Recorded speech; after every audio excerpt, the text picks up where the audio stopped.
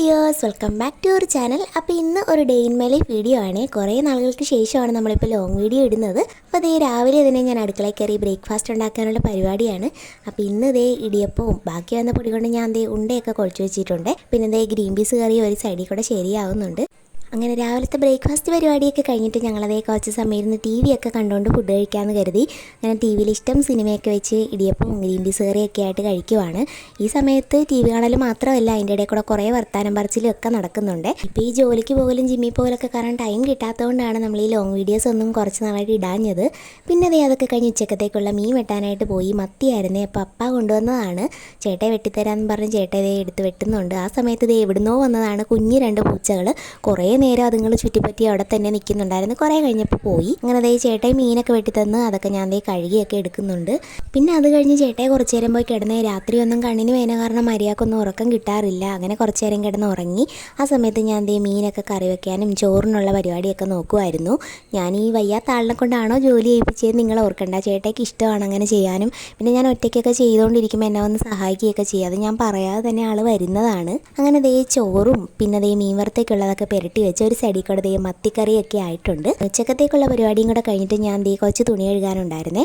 അപ്പോൾ ഈ നല്ല ഉടുപ്പാണ്, ഇതൊക്കെ വീട്ടിലിടുന്നതല്ല, അതുകൊണ്ട് ഞാൻ കല്ലയിലാണ് കഴുകിയത്. അങ്ങനെ ജോലികളൊക്കെ ഒതുക്കിയിട്ട് ഞാൻ ഓർത്ത് മുഖത്തൊരു ഫേസ് പാക്ക് ഇടാന്നേ. ഇപ്പം കലക്കുന്ന ഈ ഫേസ് പാക്കിൻ്റെ വീഡിയോ ഷോർട്സിൽ ഇട്ടിട്ടുണ്ട്. പപ്പായ ഫേസ് പാക്കാണ്, കാണാത്തവർ കണ്ടു നോക്കണേ. അതുമൊക്കെ മുഖത്തിട്ട് അത് ഉണങ്ങുന്ന ടൈമിൽ ഞാൻ ഓർത്ത് കുറച്ച് നേരം വർക്ക് ചെയ്യാമെന്ന്. ഇപ്പം ഞാൻ 1 വീക്ക് വർക്ക് അറ്റ് ഹോം എടുത്തിരിക്കുകയാണ്. കാര്യം ചേട്ടായിക്ക് വയ്യാത്തതുകൊണ്ട് ഹോസ്പിറ്റലിൽ കയറി ഇറങ്ങുന്നത് കാരണം പോകാൻ പറ്റുന്നില്ല. അത് കാരണം ഞാൻ വീട്ടിലിരുന്ന് ജോലി ചെയ്യുന്നതും കൂടെ ഉണ്ട്. ഒരു 20 മിനിറ്റൊക്കെ കഴിഞ്ഞപ്പോഴത്തേക്ക് പാക്ക് ഉണങ്ങി കിട്ടി. അപ്പം ഞാൻ ജോലി അവസാനിപ്പിച്ചതേ കുളിക്കാൻ പോവുകയാണ്. ഈ എണ്ണ ഉണ്ടല്ലോ, ഇത് ഞാൻ തന്നെ കാച്ചിയതാണ്. എനിക്ക് നല്ല റിസൾട്ടൊക്കെ കിട്ടിയിട്ടുണ്ടായിരുന്നു. ഇതിപ്പം തീരാറായി. ഇനി അടുത്ത തവണ കാച്ചുമ്പോൾ കാണിച്ചു തരാവേ. പിന്നെ കുളിയൊക്കെ കഴിഞ്ഞ് ഹോസ്പിറ്റലിലേക്ക് പോകാൻ റെഡി ആവുകയാണ്. ചേട്ടായും കുളിക്കാൻ പോയി. ചേട്ടായിനെ അധികം കാണിക്കാത്തത് കണ്ണിനൂടെ വയ്യാതിരിക്കുന്നതുകൊണ്ടാണ്. കണ്ണിന് എന്ത് പറ്റി എന്നെല്ലാവരും ചിന്തിക്കേണ്ട. ചേട്ടായിക്ക് ജോലിക്ക് പോയ സമയത്ത് ഒരു കമ്പി കട്ട് ചെയ്തപ്പോൾ അതിൻ്റെ തരി കണ്ണിൽ തെറിച്ച് വീണായിരുന്നേ. അപ്പോൾ അതുമായിട്ട് ഞങ്ങൾ ഒരാഴ്ചയ്ക്ക് മേളിലായി ഹോസ്പിറ്റലിൽ കയറി ഇറങ്ങുന്നു.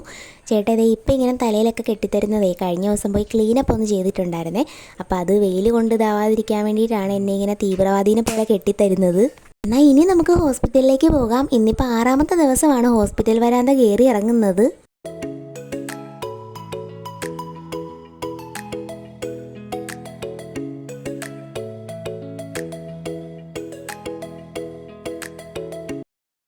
അങ്ങനെ ഹോസ്പിറ്റലിലെത്തി ചീട്ടൊക്കെ എടുത്ത് 136ാമത്തെ നമ്പറാണ് കിട്ടിയത്. കുറച്ച് സമയം വെയിറ്റൊക്കെ ചെയ്യേണ്ടി വന്നു. ഒരു 12 മണിയെല്ലാം കഴിഞ്ഞ് ഡോക്ടറിനെ കണ്ട് ഇറങ്ങിയപ്പോഴത്തേക്ക് പിന്നെ നമുക്ക് 1-2 സ്ഥലത്തൊക്കെ പോകാനുണ്ടായിരുന്നതുകൊണ്ട് വീട്ടിൽ ചെല്ലുമ്പോൾ ലേറ്റ് ആവും. അപ്പോൾ നമ്മൾ പുറത്തുനിന്ന് ഫുഡ് കഴിച്ചായിരുന്നു. ബിരിയാണി ആയിരുന്നു, നല്ല ഫുഡായിരുന്നു. അങ്ങനെ അതുമൊക്കെ കഴിച്ചിട്ട് വേറെ 1-2 സ്ഥലങ്ങളിൽ കയറാനുണ്ടായിരുന്നു.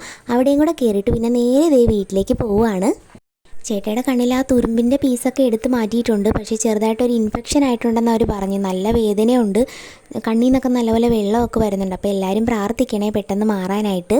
ഞങ്ങൾ ബീച്ച് റോഡ് വഴിയാണേ പോയിട്ടുണ്ടായിരുന്നത്. കാണാൻ നല്ല ഭംഗിയില്ലേ. വരുന്ന വഴിതേ കപ്പയൊക്കെ വാങ്ങിച്ചിട്ടുണ്ടായിരുന്നു. അപ്പോൾ വൈകിട്ടത്തേക്ക് ചേട്ടായി കപ്പയും മത്തിയാക്കാമെന്ന് പറഞ്ഞതേ കപ്പയൊക്കെ സെറ്റാക്കുന്നുണ്ട്.